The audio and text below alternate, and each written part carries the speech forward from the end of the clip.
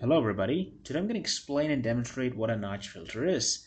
Well, a notch filter is a special case of a band stop filter. We have discussed about band stop filter in the previous video. A band stop filter is a filter that rejects or attenuates certain band of frequencies and accepts the frequencies outside of that specified band. Well, a notch filter is basically a band stop filter, but the only difference is the notch filter has a very narrow stop band, whereas a band stop filter has a wide stop band. And similar to a band stop filter, a notch filter also has one stop band and two pass bands. The only difference is the stop band is very narrow, whereas in case of a band stop filter, the stop band is wide. Alright, here's the notch filter diagram. Notice that it's pretty similar to a band stop filter, except the fact that it has a narrow stop band and it's pointy and tapered toward the end. So again, it has two pass bands, one below the low cutoff frequency and one above the upper cutoff frequency, and a stop band.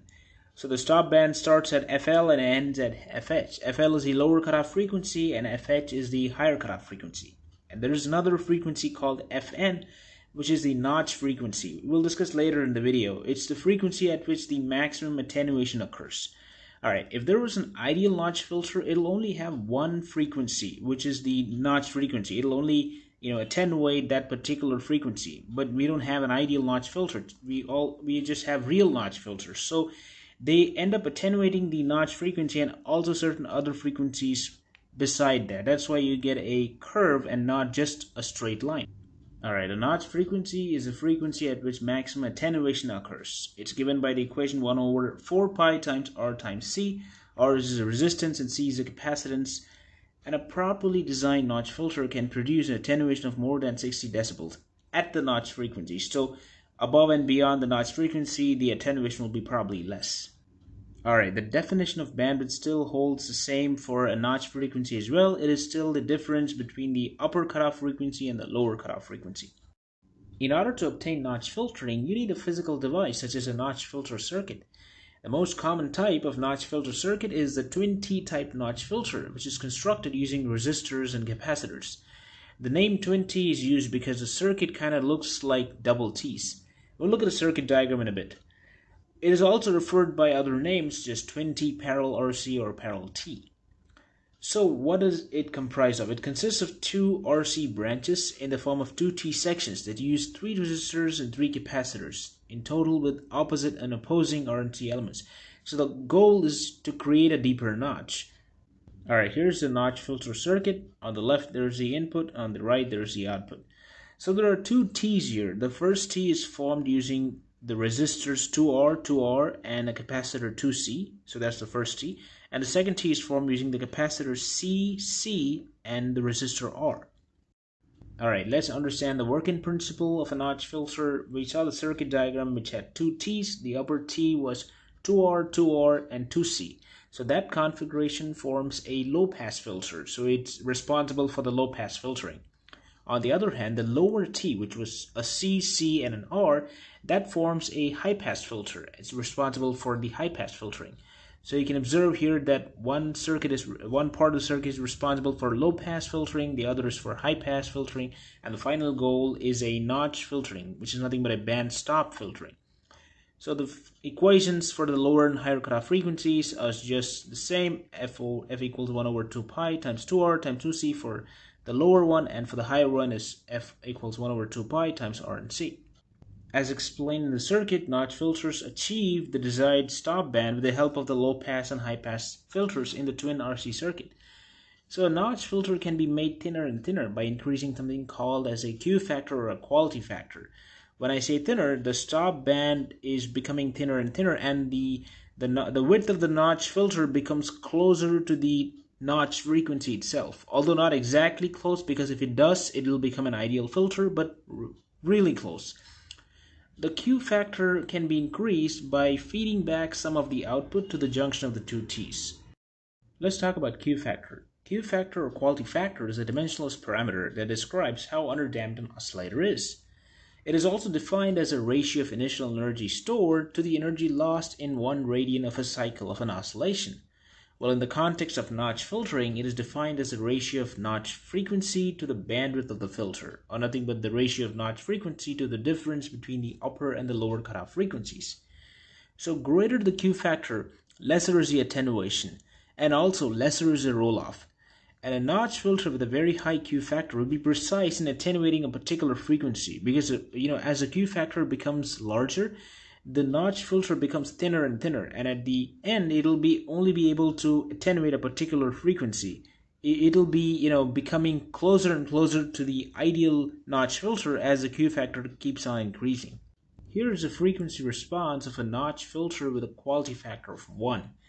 Look at the edges where there's a roll-off and near the upper and the lower cutoff frequencies. But as we move down, we see that it tapers off to a single line, which is the notch frequency. Alright, let's look at a frequency response with a higher Q factor. Here's a frequency response of a notch filter with a quality factor of 5. If you observe carefully, you might notice that the roll-offs are decreasing and the filter is becoming more and more flat, because the slope is increasing. And also at the bottom it's tapering down to a straight line earlier than the Q1 notch filter, where the bottom you have the notch frequency. So this filter is very good at attenuating a particular frequency, but it doesn't attenuate any frequency outside of that because of the very high Q factor. So one good advantage is it can be used for attenuating tonal components in a machine.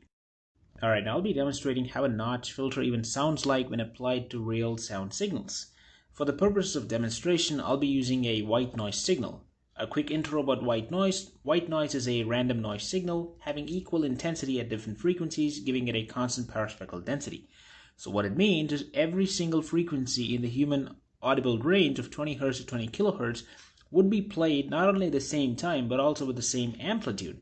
So first I'll be playing a pure white noise signal followed by filtered white noise, one with a notch filter of a quality factor 1 and another with a quality factor of 5.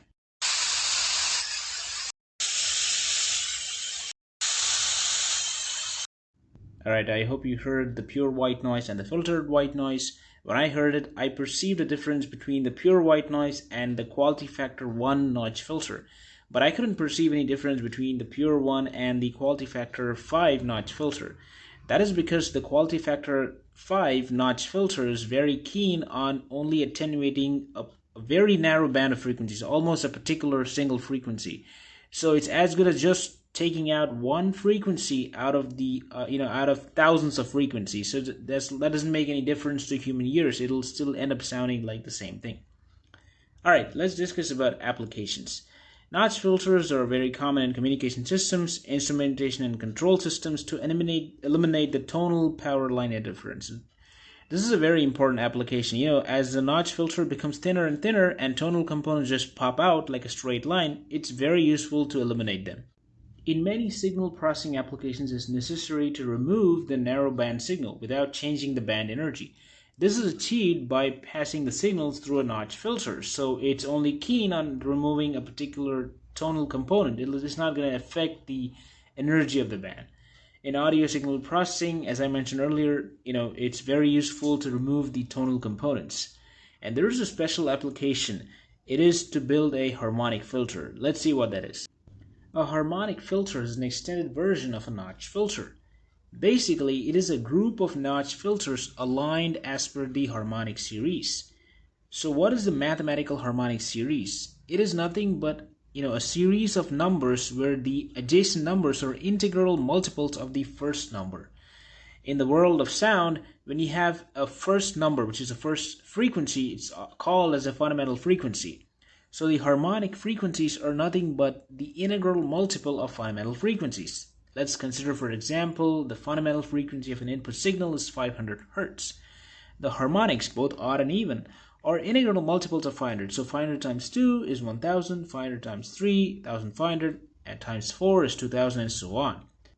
A series of notch filters align such that one is at the fundamental frequency and the others are at equally spaced harmonic frequencies can be used as a harmonic filter, with the intended goal of not only removing the fundamental frequency but also their harmonics. A good example is when you have a rotating machinery and it's generating a pure tone, chances are it's also generating harmonics in addition to the pure tone.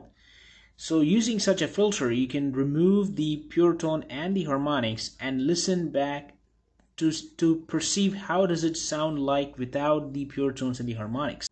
Alright, here's a spectrograph of a sound signal with a fundamental frequency of 100 Hz along with its harmonics. So the harmonics are integral multiples of the fundamental frequency, at 200, 300, 400, and so on. So by using a harmonic filter, we would not only, attenuate the pure tone of the fundamental frequency, but also the harmonics associated with that. Alright, thank you for watching this video. I hope you enjoyed it. Have a great day.